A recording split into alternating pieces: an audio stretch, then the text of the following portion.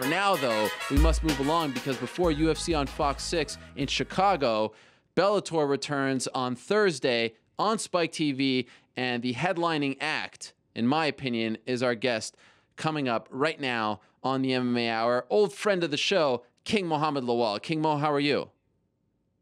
Man, I'm good, man. Let's be real. I'm co-headlining. Ben Askren defends his belt. People might not like him, but the dude still wins. Yeah. You gotta give him respect. But you're the draw, my man. You're the reason why people are watching this one. And no disrespect, but you're King Mo making his debut. We've been talking. Hey, Ben Askren doesn't get a 90-minute special on Spike. Ben Askren doesn't have a press conference to announce his signing. You're the real deal. I like the humility, but I'm just calling it like I see it. Yeah, if you want to call it that way, you know what I'm saying. I'm still co-headlining, you know what I'm saying, the co-main event. All right. So it is what it is. Well, welcome back to the show. It's been a while. You've been everywhere. OVW, TNA, Invicta, all over the place. It's good to see that you've remembered the little people back on the MMA Hour. Ain't nothing little about y'all. Y'all turned Hollywood, man. You know what I'm saying? What? I call in and y'all talking about disclaimers. I'm like, disclaimers since when? Well, that's Hollywood, man. Y'all made it big. Well, thank you. We appreciate it. People trying to sue us and whatnot, so we have to cover our back. But the big news, of course, King Mo, is it's your debut. Finally, a year after your last fight, after everything you've been through, at this point, are you like counting down the hours? Or are you counting down the minutes till you can finally fight again and make your debut for Bellator? I've just been training, man. I ain't really counting down nothing because I know time flies real fast, you know what I'm saying? So I knew that this day would come, and it's here within like 2 or 3 days. 3 more days, and somebody get knocked out by the name of, I can't pronounce it, call him Kosal. I'm knocking him out. I was just about to ask you, can you pronounce his name? Honestly. No. Have you tried? I haven't tried to. You haven't even tried? Never. Oh, I did once. And that's why I was like, man, I'm going to call him Kosal. Make it easier. Well, to be fair to him, I believe his name is Przemysław Misaila. What do you think of that? That was Mizalasia. Well, what was your reaction when you found, because it seemed like most people, when they found out King Mo's finally making his debut against this guy that a lot of people hadn't heard of, oh, he's just a can. Oh, Bellator's just trying to, get Mo to the finals. What was your reaction? I mean, is this a legit Is this a legit opponent for you in your debut?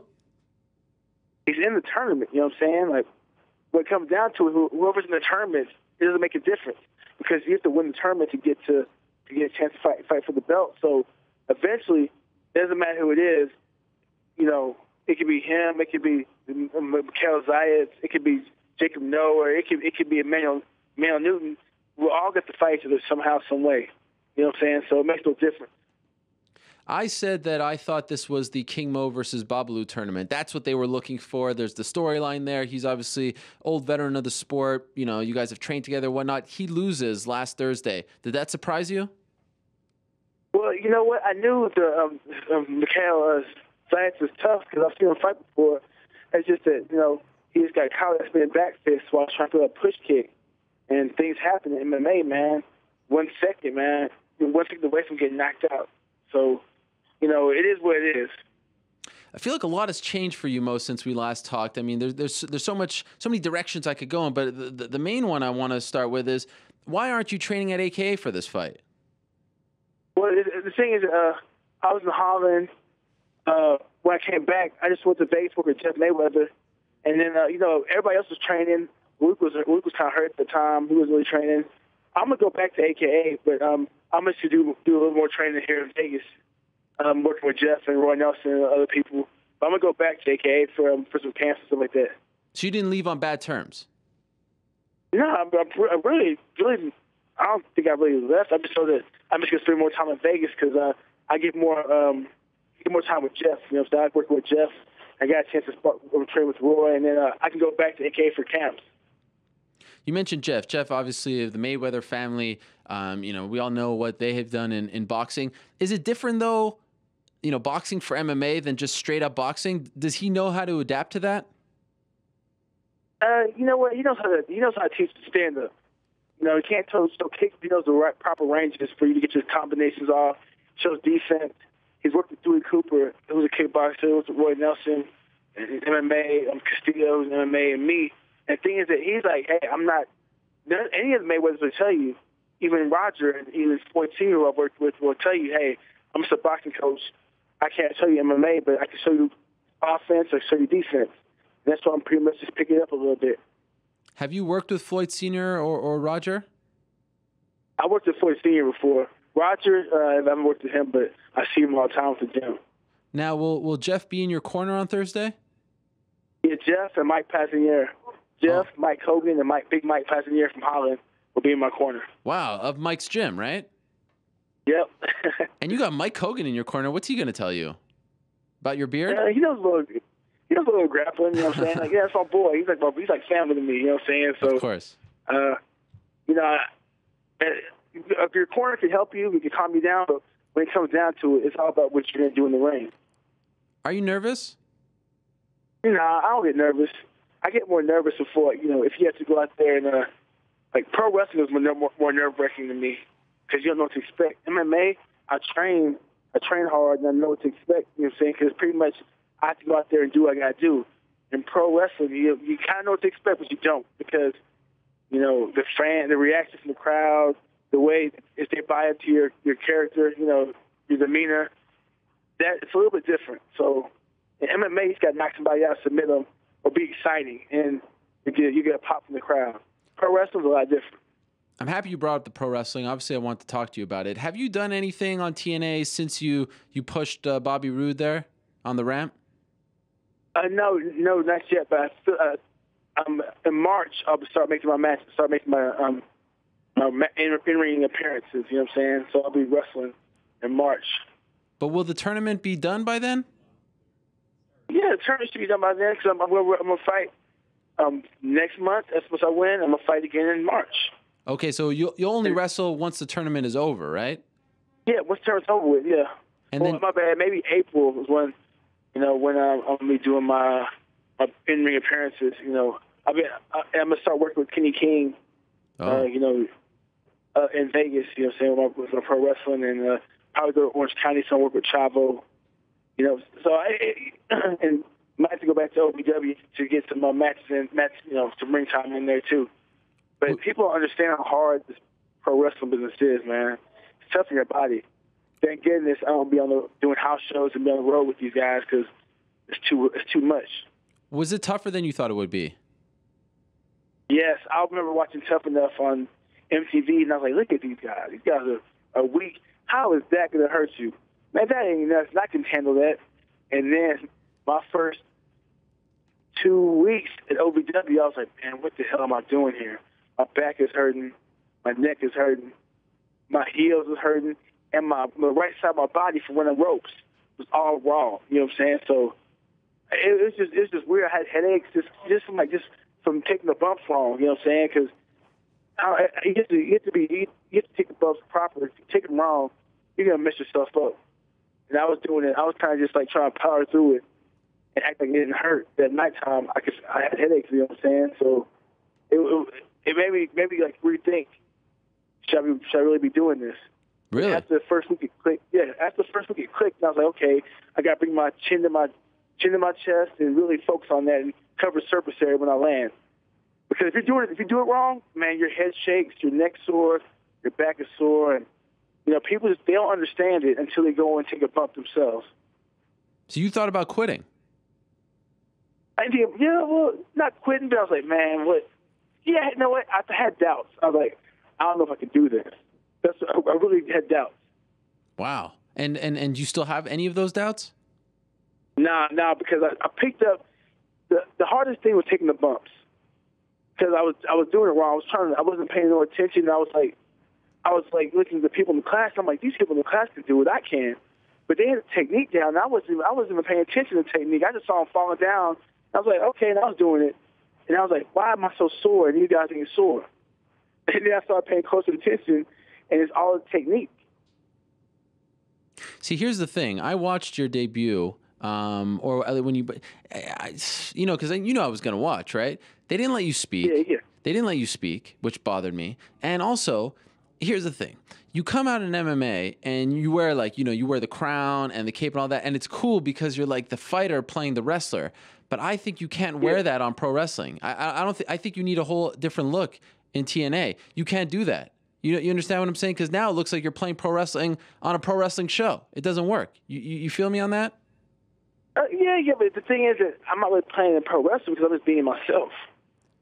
But the other guys have better costumes than that because in MMA, it's cool to wear something like that because it's so different. But in wrestling, they've got these elaborate costumes and everything. It's a lot more high budget, if you know what I'm saying. Well, yeah, some of them do, some of them don't. It depends on who you are. If you look at Ryback, what's his costume? Right. He's a singlet. Right. You know what I'm saying? It depends on who you are. But the guys who have the accessories is what I'm saying. Yeah. But the thing is that I'm still a baby in the game.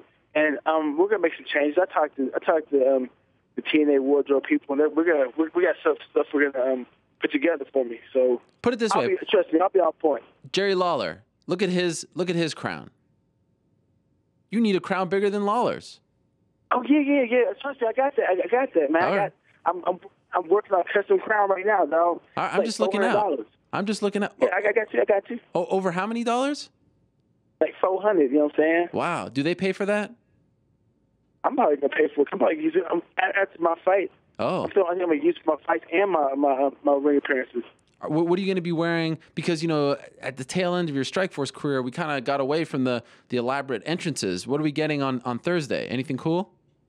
I don't know. We'll see. Because I'm hoping that with the Bellator ring entrance, just ain't that long. So right. I don't know. I will see. I'm gonna see what's up when I get there. But are you going to have like the girls and all that, or are we going that route? I want to do something, you know what I'm saying? I want to do something, but it just depends, man. It just depends how long the entrance is, because the entrance is like 3 or 4 watts, and there's no point in having girls. Right. Unless you got to carry me to the ring. Oh, that'd be cool. Or maybe you could come in like on a camel, sitting backwards like Bobby the Brain Heenan at WrestleMania 9. Anyways, I can carry no camel. I want to have some bodybuilding females carrying the ring. Oh, that'd be sick. You know I love that idea. That's great. Yeah. That's all I want to do, but, we'll see what we can get, what we can do. Now, what is Thackerville, Oklahoma like? Have you ever been there? I know, obviously, you're familiar with Oklahoma due to your collegiate career, but Thackerville, Oklahoma, where is that? That's like southern Oklahoma, like kind of by the Texas-Oklahoma border. I'll tell you this, the casino is like the biggest thing I've ever seen with my own 2 eyes. I've never seen a casino bigger. Really?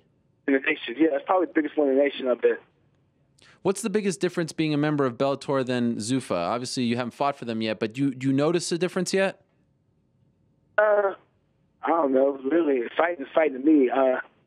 So far, Bellator, they've been treating me good, and I don't know. I really don't know. I guess I'll find out.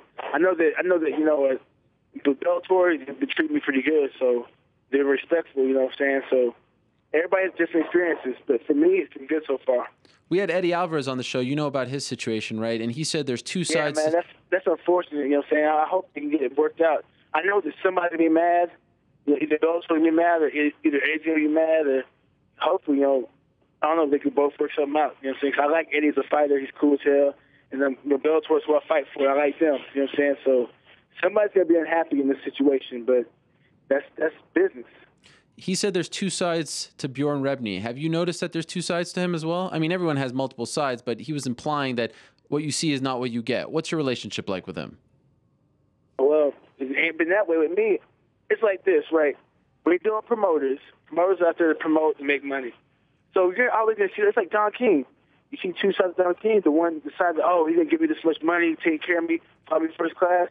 And then the other one, hey, where's my money at? So it's promoters, and all of them are the same to me, and they all will offer you something, but they want something in return, and that's your talent. You know what I'm saying? And when you sign contracts, that's where it gets all tied up. So to me, Bob Arum, Dana White, even Shannon Knapp, Don King, Luther Bella, Bjorn Rebney, Scott Coker, they're all trying to make money. They're all promoters trying to make that money, so you can't knock them. True. Very true. Now, just a couple more things, and we'll let you go. I know you're headed to the airport now. What do you think of that rating on Thursday? That was a pretty amazing rating for their debut on Spike, right? Oh yeah.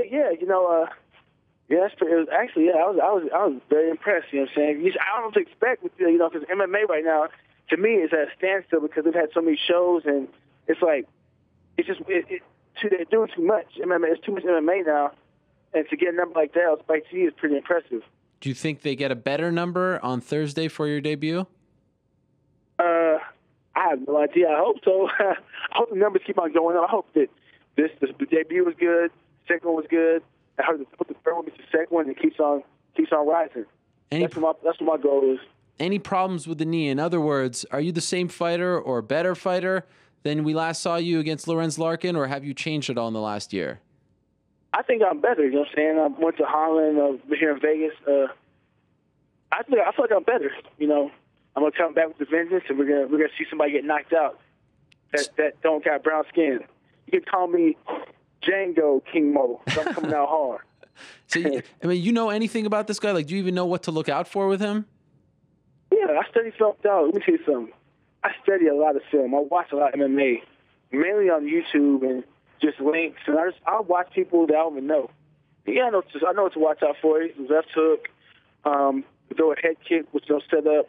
Kimura is he was mostly with Kimura, some type of arm lock. Tough guy, decent grappler. I know he spent some of his 20s. He was I think he's like 30-something. He spent his early 20s with drug rehab. He has no formal MMA training. He did a little bit of judo and a little bit of boxing in his youth age. Trust me, dog. I got a dude named Forrest Lynn as my homeboy. We go to work when it comes to doing research on people. We get it in. Wow, that is impressive, and we saw that on the King Mo special that aired on Spike. Very good, except they tried to throw that little angle there in at OVW, which, I appreciated it, but let's not think that we really have a beef there with that guy, right? Hey, you always probably people fall for it. Yeah, that's true. People are like, "Oh, were you really mad?" I was like, "Oh, I'm a great actor, huh?" I'm pretty good at acting. I got to ask you, I've been pushing this, and I know you have a very strong take on this. I've been pushing DC versus Kane. That's the fight. That's the number one fight I want to see this year. Who wins? DC versus Kane. Yeah. The fans win. Oh. And AKA. The fans and AKA win. But actually, AKA wins and loses because I don't know who's in the corner of both fighters. And, you have two guys from AKA in the spotlight, win and lose, and the fans will see a great fight because Daniel will come to bring it and Kane will come to bring it. Daniel's a beast, man. He's going to be hard to beat for 99.9999999 infinity nines of the heavyweights in the world. And if he can make 205, same thing. You know what I'm saying? He's going to be hard to beat at 205, dog. So Daniel's he's a man right now.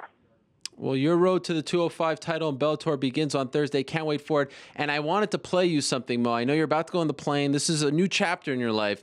And I found the perfect theme song for this moment, the perfect theme song to really sort of capture what this moment means to you after the year layoff, signing with a new promotion, all that stuff. And I believe we have the song right now. Do we have it, Isaac? Here it is. For King Mo, my man. Yeah. Slow, dog. Yeah, man on a mission. Yeah, turn it up some more. Turn it up, Isaac. Right? Perfect. Yeah, man. That's what it is. Maybe you could come out to this. I mean, it's apropos. I can't come out to that, though, dog. I got to represent my state. Oh. You know what I'm saying? Oh, okay. But anyways, I thought about it at night. I was like, what's the song? I was going to go back to Rap is Crap, but we did that already. Mo. No, the Rap is Crap was a jam, though. It was the jam. I love that song. I could listen to it, put the smile on my face all the time. But this is apropos. I'm looking forward to it, man. So happy to see you back. Looking forward to it this Thursday, 10 p.m. Eastern on Spike TV. King Mo makes his Bellator debut. He starts his journey to the Bellator light heavyweight title, and it all goes down on Thursday night. Good luck, King Mo. We'll be talking to you after the fight. Can't wait for it. I appreciate it, man. All right, there he is. The king himself. He is back. Royalty in the house. Man on a mission right there. Headed to Oklahoma, Thackerville, Oklahoma, to be exact.